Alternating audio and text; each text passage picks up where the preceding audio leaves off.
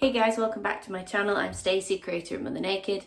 Today is another requested video that I'm just getting to. It's going to be quite short because it's just one of those things like asked and answered, but it's important nonetheless. So today I'm going to show you how I do my DIY printed sort of bags, or at least they look printed.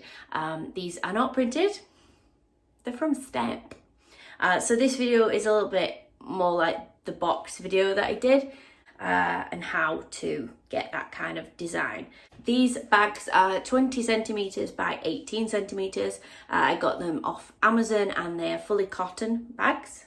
They were £9 for 20, which is not bad. So then all you need once you've got your bags is your stamp and your stamp pad.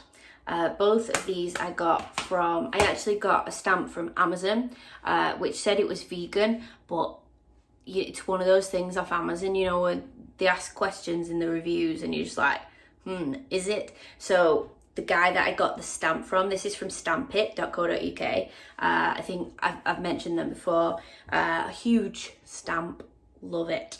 I use it on everything. Use it on the boxes as well. Let me just show you a box. So that's how clear it comes up on boxes, and then you've got the bag. So yeah, they're awesome. They come in so many different sizes. It's unreal. So if you want a stamp and you want this kind of look to your products, stampit.co.uk. Oh, and the stamp that I use is between, I think it's 6.5 to 7 centimeters. So that is the one that I've got. The pads from stampit.co.uk, fully vegan, really eco-friendly. So I'd get myself a pad from there as well. If you're not bothered about it being vegan or cruelty-free, kind of 100%, then I'd suggest you should get one from Amazon. They're a bit cheaper. So just in case you think I'm conning you, we're gonna do one. So just stamp it a few times. Get all that ink on there. And then stamp it.